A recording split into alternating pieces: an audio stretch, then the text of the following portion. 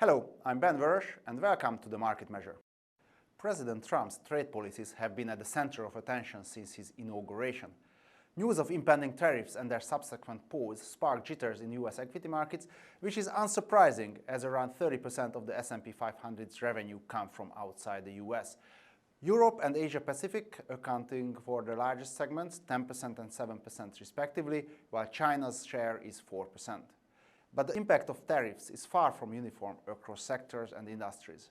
As you can see from this chart, over half of large-cap information technology firms' revenues came from outside the US in the past 12 months, while utilities made almost all their revenue in the US. The S&P 500 US Revenue Exposure Index and the S&P 500 Foreign Revenue Exposure Index help track the performance of S&P 500 companies with below-average and above-average revenues coming from outside the US, respectively.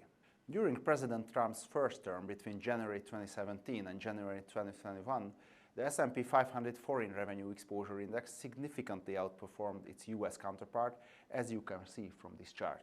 This outperformance is especially remarkable as it happened while the US dollar strengthened over the same period, which is typically a headwind for companies with foreign revenue exposure. This seemingly counterintuitive result serves to highlight the importance of a granular industry-level analysis when assessing the impact of tariffs. To learn more about S&P Revenue Exposure Indices and the role of sector tilts in driving their historical relative performance, visit indexologyblog.com and read the blog post locally sourced but globally minded by my colleague Anuganti.